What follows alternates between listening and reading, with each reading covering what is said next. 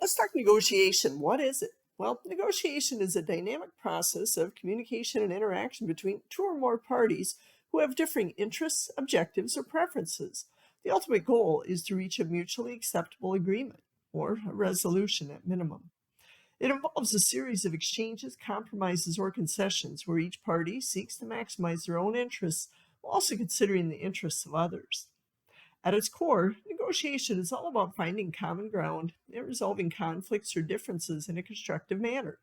It requires effective communication, active listening, empathy, problem solving skills, and negotiation can occur in a number of different contexts.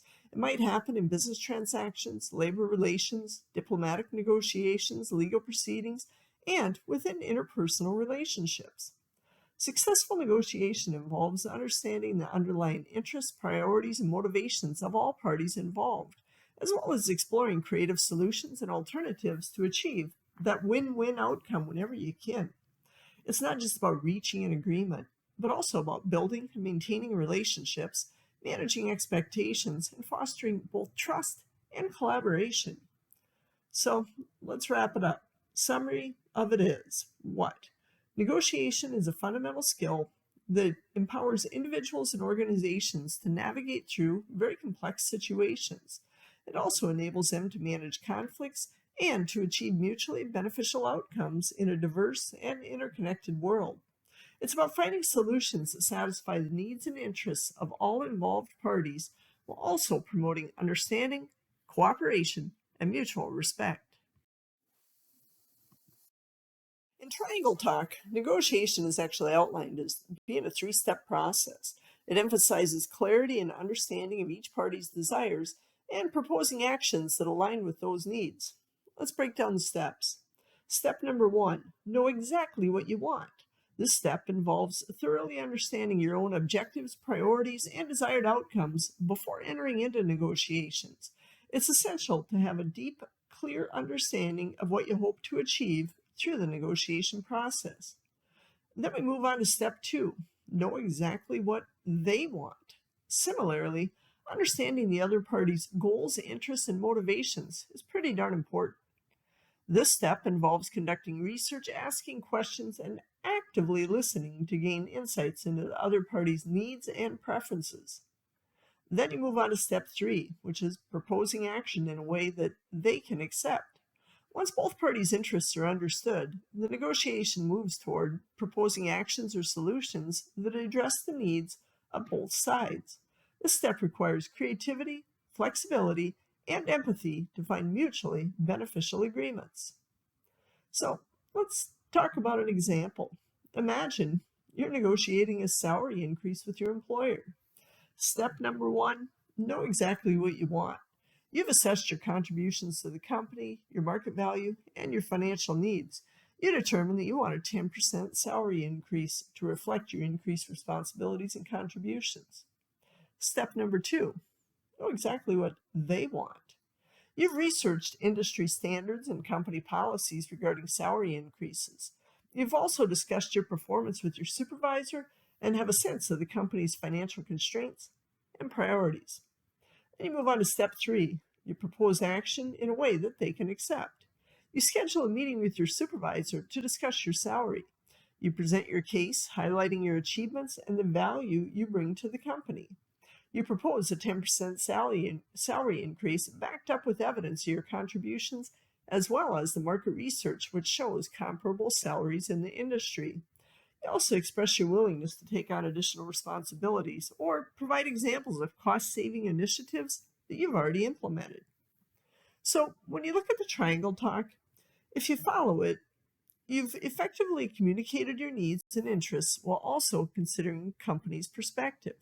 This approach increases the likelihood of reaching a mutually acceptable agreement that satisfies both parties. So let's take a quick look at the negotiation framework. So it's comprised of 5 steps. Step number 1 involves identifying or anticipating a sourcing requirement. This initial step involves identifying the need for goods or services within your organization. It could arise from various factors, such as changes in demand, depletion of existing stock, or the introduction of a new project or product. Anticipating future requirements is also essential for proactive procurement planning. Step number 2 involves determining if the negotiation or bidding is required.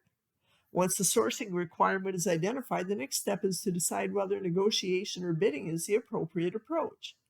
Negotiation may be suitable for complex or high-value contracts where flexibility and customization are required, whereas you may choose to bid, such as through an RFP or request for proposal, or a request for quotation known as a RFQ, which may be more appropriate for standardized goods or services that have well-defined specifications. Step number 3 is all about planning for the negotiation. Before entering into your negotiation, thorough planning is important. This involves setting clear objectives, determining negotiation strategies and tactics, conducting market research to understand supplier capabilities and market dynamics, and assembling a negotiation team if needed. The planning phase lays the groundwork for a successful negotiation process. Then we move on to step 4, which is conducting the negotiation. When you have a solid plan in place, it's time to conduct the negotiation. This step involves engaging with potential suppliers to discuss terms, pricing, delivery schedules, and other relevant aspects of an agreement. Effective communication, active listening, and flexibility are very, very important during this phase to address any concerns or issues that might arise. Step 5, it's all about executing and following up on an agreement. Once an agreement is reached, the final step, once again, is to execute the contract and ensure compliance with the negotiated terms. This involves drafting and signing the contract, communicating the agreement to relevant stakeholders, and implementing any necessary follow-up actions to ensure that both parties fulfill their obligations.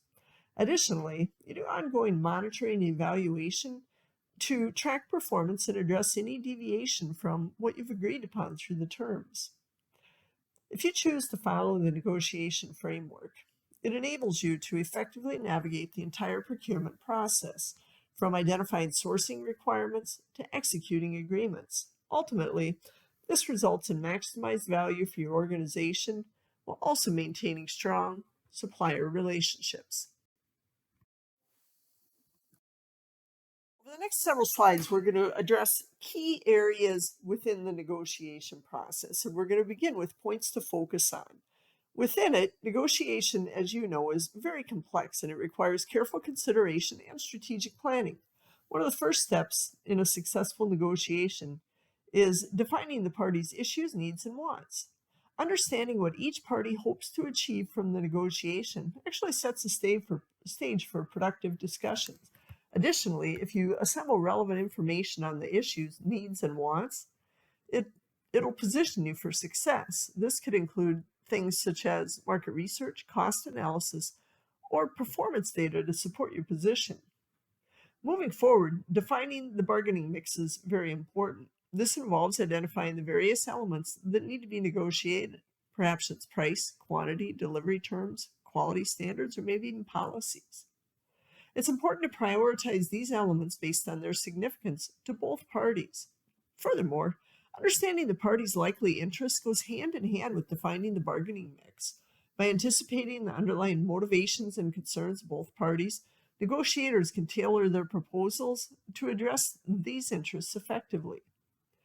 As negotiators, defining our own objectives and opening offers is a critical step. This sets the tone for the negotiation and establishes our initial position. However, it's essential to remain flexible and open to compromise throughout the entire negotiation process. Additionally, assessing the role of constituents and the social context is very important. Understanding the influence of stakeholders and the broader organizational dynamics can impact your negotiation strategy. Furthermore, analyzing the other party is key to developing a successful negotiation strategy. This involves understanding their strengths, weaknesses, preferences, and potential areas of flexibility. Armed with this knowledge, negotiators can adjust their approach to maximize value and achieve favorable outcomes. Additionally, you can do planning issue presentations and defenses, which is another crucial aspect of procurement negotiation. This involves preparing compelling arguments and evidence to support your position on key issues. Additionally, defining process protocols ensures that the negotiation proceeds smoothly and efficiently. This includes creating an agenda, determining the location, timing, and participants, and setting ground rules for communication and for decision making. So let's wrap it up. Successful procurement negotiation requires careful preparation, strategic thinking, and effective communication. By focusing on these key points, negotiators can navigate the complexities of the negotiation process and achieve mutually beneficial agreements.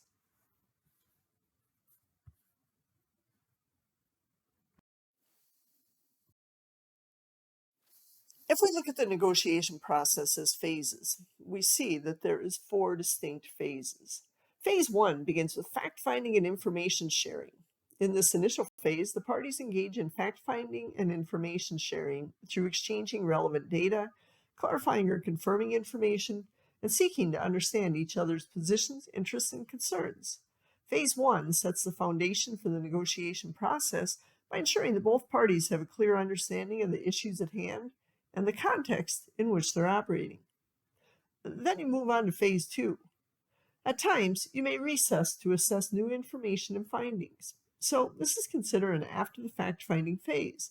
The parties might choose to take a recess to assess the new information and the findings.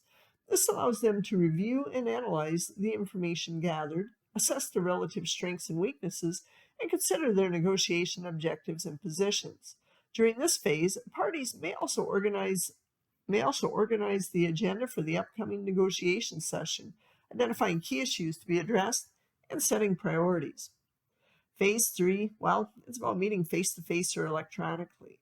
So, with it, they engage in direct negotiations. They work to narrow differences on issues, offer proposals and counter proposals, and exchange concessions in an effort to reach agreement. This phase is characterized by active dialogue, negotiation, and compromise as the parties seek to find mutually acceptable solutions to the issues that exist. Phase 4. So, in Phase 4, the parties seek agreement on the remaining issues. They work to finalize the terms of the agreement, resolve any outstanding differences, and reach a mutually acceptable outcome. Once agreement is reached, the parties conclude the negotiation and agree to follow up activities. Maybe those activities involve implementing the terms of the agreement, monitoring performance, and addressing any outstanding issues or concerns. So, these four phases provide a structured framework for navigating the negotiation process, from initial fact finding and information gathering to reaching agreement and concluding the negotiation. As you follow these phases as a negotiator, you can effectively manage the negotiation process and work towards achieving your own objectives. A good negotiator possesses several key qualities and strategies that contribute to their effectiveness in the negotiation process. First off, they demonstrate a willingness to compromise and revise goals when faced with new information, recognizing the importance of flexibility in reaching mutually beneficial agreements. Additionally, they approach each issue independently, carefully analyzing and evaluating the facts and objectives at hand without allowing emotions to cloud their judgment. By establishing upper and lower ranges for each major issue, they create a structured framework for negotiation that guides their actions and prevents overreaching or settling for less than optimal outcomes.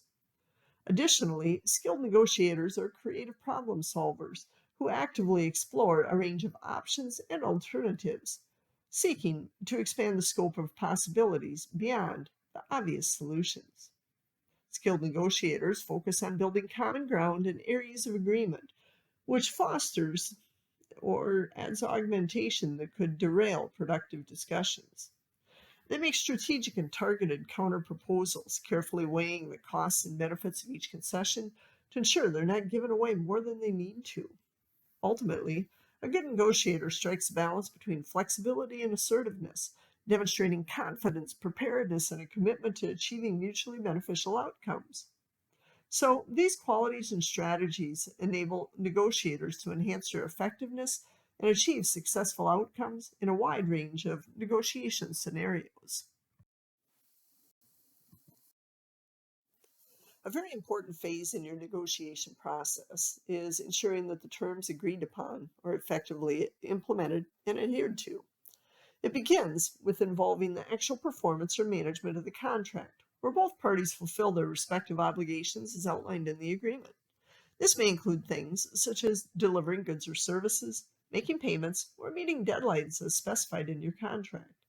Additionally, it's essential to load the agreement into your organization's contract management system for visibility and easy access by relevant stakeholders.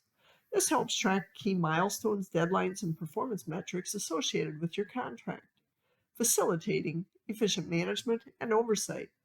Furthermore, providing performance feedback is important for building on the success of the negotiation and addressing any issues or concerns that may arise during contract execution. By monitoring contract provisions closely, parties can ensure compliance with agreed upon terms and take corrective action if necessary.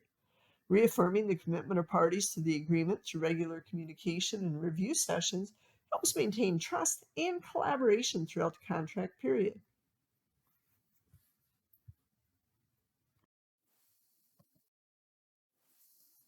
As horrible as it is, at times negotiations fail. And there's a number of different reasons they do fail. It often stems from missteps in understanding or failure to address the underlying dynamics and interests of both parties that are involved.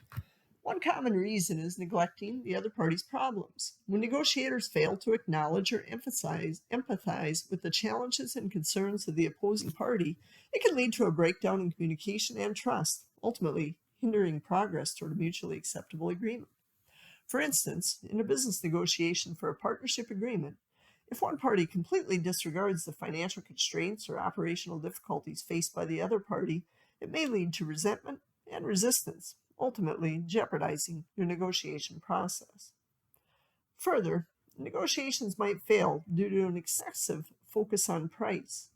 When negotiators prioritize price above all else, they risk overlooking other critical factors such as quality, delivery schedules, or long-term relationships.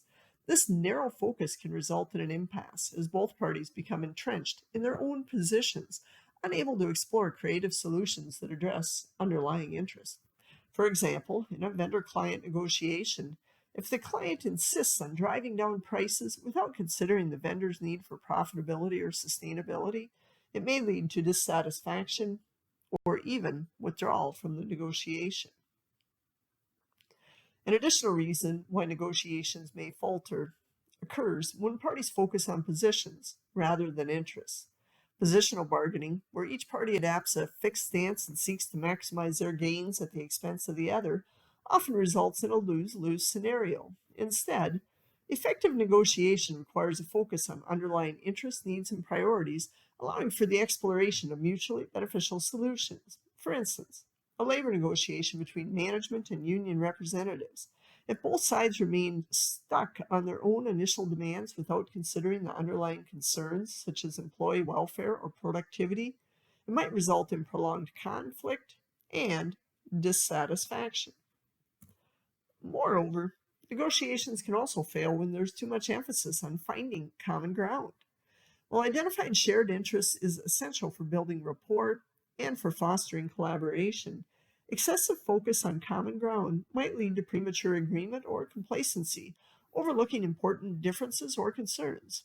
For instance, in a negotiation between business partners, if both parties prioritize maintaining harmony and avoiding conflict at the expense of addressing underlying issues or concerns, it could lead to unresolved tension or future disputes. Additionally, neglecting what are called BATNAs, which are the best alternative to a negotiated agreement, can undermine the negotiation process. When parties fail to assess their alternatives outside of the current negotiation, they risk settling for unfavorable terms or walking away from a negotiation prematurely.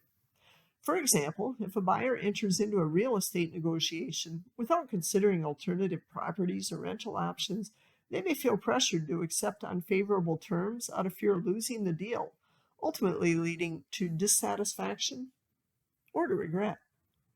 Lastly, negotiations might fail due to overadjusting perceptions during the actual negotiation. This occurs when negotiators misinterpret signals or misjudge the other party's intentions, leading to misguided concessions or misaligned expectations. For instance, if a seller mistakenly assumes that a buyer's initial offer is non negotiable and makes significant concessions without exploring alternatives or clarifying the buyer's true intentions, it might result in an uneven agreement and feelings of resentment.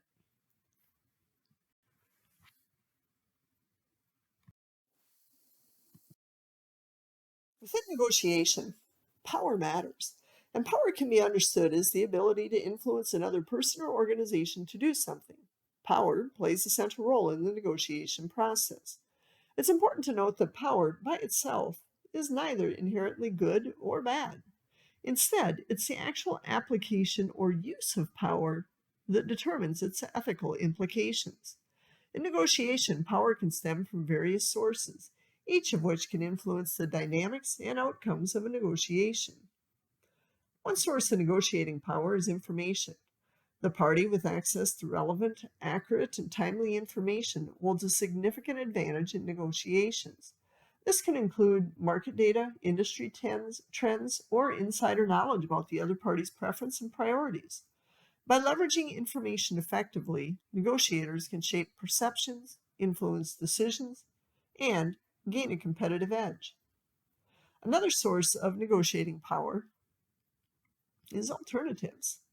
Often referred to as those BATNAs, which is best alternative to a negotiated agreement, the party with strong alternatives outside of the current negotiation holds greater leverage, as they have less to lose if the negotiation fails to reach a satisfactory outcome. Having attractive alternatives empowers negotiators to walk away from the table if necessary, giving them greater negotiating flexibility and confidence. Additionally, power in negotiation can derive from structural factors such as status, authority, or organizational resources. Parties with higher status or authority within their organizations may have greater influence in negotiations, as they can make decisions or commitments with broader implications. Similarly, access to organizational resources, perhaps financial capital, technology, or expertise, can enhance a party's bargaining position and strengthen their negotiating power. Additionally, relational factors, things like trust, rapport, and interpersonal dynamics, can impact your negotiating power. Parties who have built strong relationships based on mutual respect, transparency, and collaboration are more likely to exert positive influence and achieve mutually beneficial outcomes in negotiations. Conversely, parties who engage in adversarial tactics, deception, or manipulation might actually undermine trust and diminish their negotiating power. As shared, there's a number of different sources of negotiating power. I spoke briefly on informational power, but there's also reward, coercive, legitimate, expert, and referent power. Let's touch on each of these. Reward power in negotiation is characterized by one party having the ability to offer something of perceived value to the other party. This power dynamic involves a direct attempt to exert active control over the negotiation process by leveraging incentives or rewards to influence the behavior or decisions of the other party. Individuals are more likely to respond positively and behave in accordance with the desires of the party that has reward power when they perceive the rewards being offered as valuable or desirable. This can include tangible rewards, perhaps financial incentives, promotions, or access to resources, as well as intangible rewards, things like recognition, praise, or opportunities for advancement. If you strategically leverage rewards, negotiators can motivate cooperation, build goodwill, and achieve desired outcomes in their negotiations. Coercive power in negotiation involves the ability of one party to influence the other by taking away or withholding something of value, often with the threat of punishment. This form of power relies on the ability to inflict negative consequences. They can be financial, physical, or psychological in order to compel compliance or agreement. Negotiators may use the coercive tactics, such as threatening to terminate a contract. They may also impose financial penalties or withhold essential resources to pressure the other party into conceding to their demands. However, it's important to recognize that relying too heavily on coercive power can actually have damaging effects on long term relationships and undermine trust and cooperation. Instead of fostering collaboration, coercive tactics may provoke retaliation or a desire for revenge, leading to a cycle of conflict and hostility. Therefore, while coercive power can be effective in achieving short term goals, it's often detrimental to the overall success and sustainability of negotiations in the long run. Legitimate power in negotiations comes from the official position held by an individual within an organization or situation. This form of power is based on the authority granted by a formal role or title, and it carries influence and credibility due to the perceived legitimacy of the position. The higher the job position or title held by an individual, the greater the power inferred from their legitimate authority. Unlike reward power or coercive power, which rely on the ability to offer incentives or threats, legitimate power is independent of any specific actions or behaviors. Instead, it is conferred by virtue of the individual's position within an organizational hierarchy or social structure. For example, in a business negotiation, the buyer may possess legitimate power due to their authority to award contracts on behalf of their organization. This gives the buyer significant influence and decision making power in the negotiation process, as their decisions carry a lot of weight and legitimacy within the organization. Legitimate power, therefore, plays a crucial role in negotiations by shaping perceptions of authority and influencing the dynamics of the negotiation relationship. Expert power in negotiations is a specialized form of informational power that can derive from the possession of specialized knowledge, skills, or expertise in a particular field or subject matter. This type of power is based on the development and retention of a body of knowledge that is recognized and valued by others. Negotiators who possess expert power often have verifiable credentials, qualifications, or a distinguished stature within their field, which enhances their credibility and influence. By leveraging their expertise, these negotiators can effectively communicate complex information, provide insightful analysis, and offer innovative solutions to problems, thereby reducing the likelihood of their position being refuted or challenged. However, for expert power to be effective, the other party needs to value and respect the expertise of your negotiator. When the other party recognizes and acknowledges the expertise of the negotiator, it enhances their willingness to defer to their judgment, follow their recommendations, and ultimately reach mutually beneficial agreements. Expert power, therefore, plays a critical role in negotiations by providing negotiators with a valuable source of influence and authority based on their knowledge and expertise in a particular area.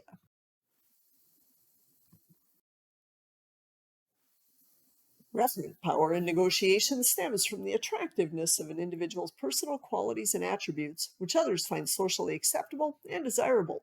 This form of power is based on the admiration, respect, and affinity that others feel towards the individual, often stemming from their personality traits and their characteristics.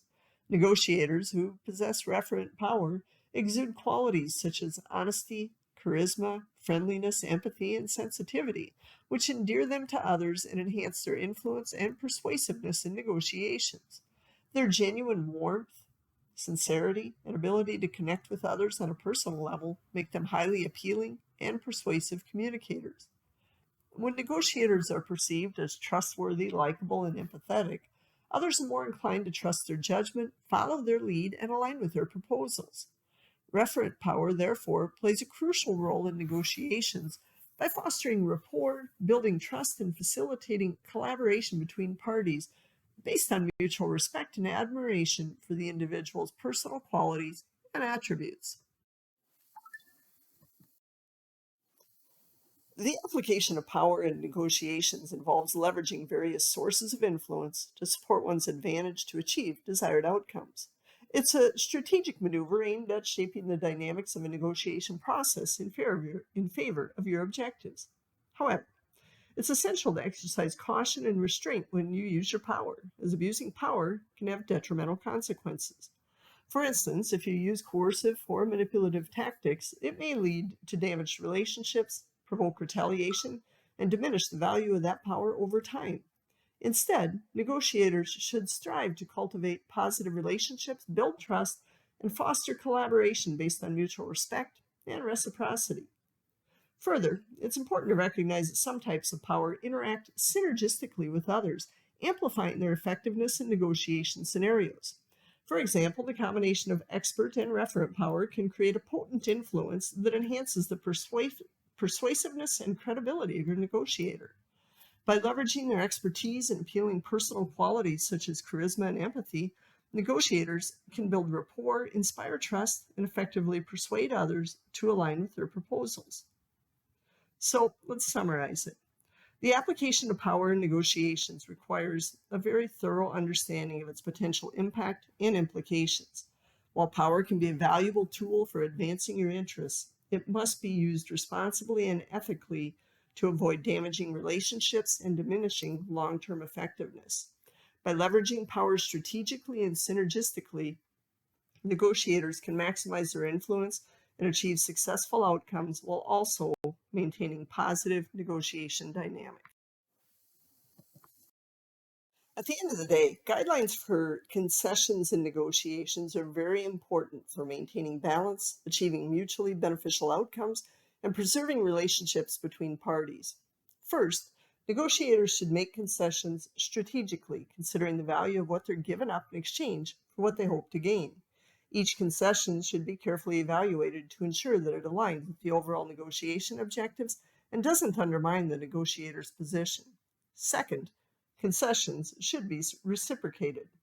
Negotiators should aim to create a sense of fairness and reciprocity by linking their concessions to corresponding concessions from the other party. This fosters a collaborative atmosphere and encourages mutual give and take. Third, negotiators should prioritize concessions on issues of low importance or high value to the other party. By identifying and prioritizing the most important issues for each party, negotiators can focus their concessions strategically to maximize their impact. Fourth, negotiators should avoid making unilateral concessions without receiving anything in return.